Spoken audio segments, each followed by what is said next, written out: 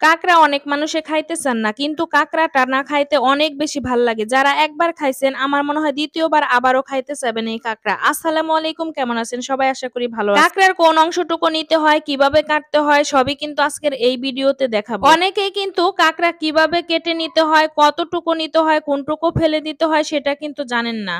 পুরো ভিডিওতে কিন্তু আজকে কাঁকড়া কিভাবে কেটে নিতে হয় এবং রান্না করতে হয় পুরোটাই কিন্তু আজকে দেখাবো। আমি কিন্তু কাঁকড়া প্রথমে সুন্দর করে ধুয়ে তারপর এইভাবে কিন্তু ঠ্যাংগুলি এভাবে কিন্তু হাত দিয়ে ছিঁড়ে নিচ্ছি। ঠিক আছে? এভাবে কিন্তু ভেঙে ভেঙে নিতে হবে। আর এইটা খুলতে কিন্তু একটু কষ্ট হয়। এভাবে কিন্তু আপনি চাকুর মাথা দিয়ে কিন্তু এভাবে ছাড়িয়ে নিতে হবে। এভাবে কিন্তু টান দিলেই খোলসটা একদম উঠে আসবে। কোনটুকু নিতে হবে আর নিতে হবে না এটা দেখলেই কিন্তু বুঝতে পারবেন। এই যে এইভাবেই কিন্তু ছাড়িয়ে নিতে হবে। আর কাঁকড়ার কিন্তু ঘিলু থাকে, সেটাও কিন্তু নেয়া যায়। অনেকে নেয়, অনেকে নেয় না। আর কাঁকড়ার যে পা, এটা খাইতে কিন্তু অনেক বেশি ভালো লাগে। এভাবে কিন্তু হালকা একটু থেতো করে দিলাম আমি, যেন ভিতরে মশলাটা ঢুকে। আপনারা কাঁকড়া যখন কাটবেন তখন কাঁকড়ার পাটা হালকা একটু ওইভাবে কিন্তু কিছু শক্ত কিছু দিয়ে বাড়ি দিয়ে একটু ভেঙে দিবেন, যেন মশলাটা ঢুকে যায়। আর আমি কাঁকড়ার সাথে কিন্তু চিংড়ি মাছও দিয়েছি। চিংড়ি মাছ দিলেও কিন্তু চিংড়ি আর কাঁকড়া প্রায় সেম, একই খেতে।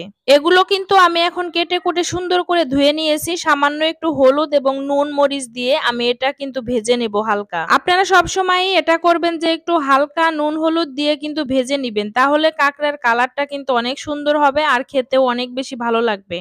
বেশি সময় নিয়ে এটা ভাজার দরকার নাই। ২-১ মিনিট ভেজে নিলেই কিন্তু এটার কালার চলে আসবে আর সুন্দর মতো কিন্তু আপনারা তারপর রান্না করে নিতে পারবেন। আমি কিন্তু কড়াইতে আরেকটু তেল দিয়ে দিলাম আর কয়েকটা পেঁয়াজ কুচি করে রেখে দিয়েছিলাম। সামান্য গোটা জিরা দিয়েছি ফোড়নে। সবকিছু মসলা এখানে দিবেন। আদা, রসুন যত যা আছে সব মসলা দিতে হবে। আর একটা টমেটো কিন্তু এখানে কিউব করে কেটে দিয়েছি। আর মাংস রান্নার জন্য যে মসলাগুলি দেন সব মসলাই কিন্তু এখানে দিয়ে দিবেন। আমি কিন্তু গুঁড়ি মসলা এবং বাটা মসলা ব্যবহার করেছি। আস্ত কোনো মসলা এখানে কিন্তু আমি দেই নাই। আর কাঁকড়াগুলি কিন্তু এখন আবার দিয়ে দিলাম।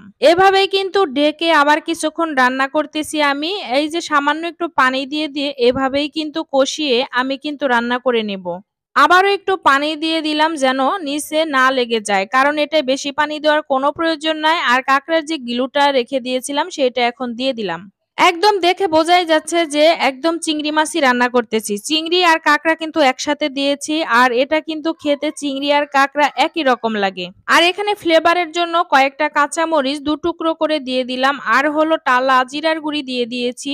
কাঁকড়া ভুনাটা কিন্তু একদমই প্রায় হয়েই গেছে। সকল মসলা কিন্তু দিয়ে আমি সুন্দর করে এটা কিন্তু রান্না করে নিয়েছি। এত সুন্দর একটা অ্যারোমা বের হয়েছে।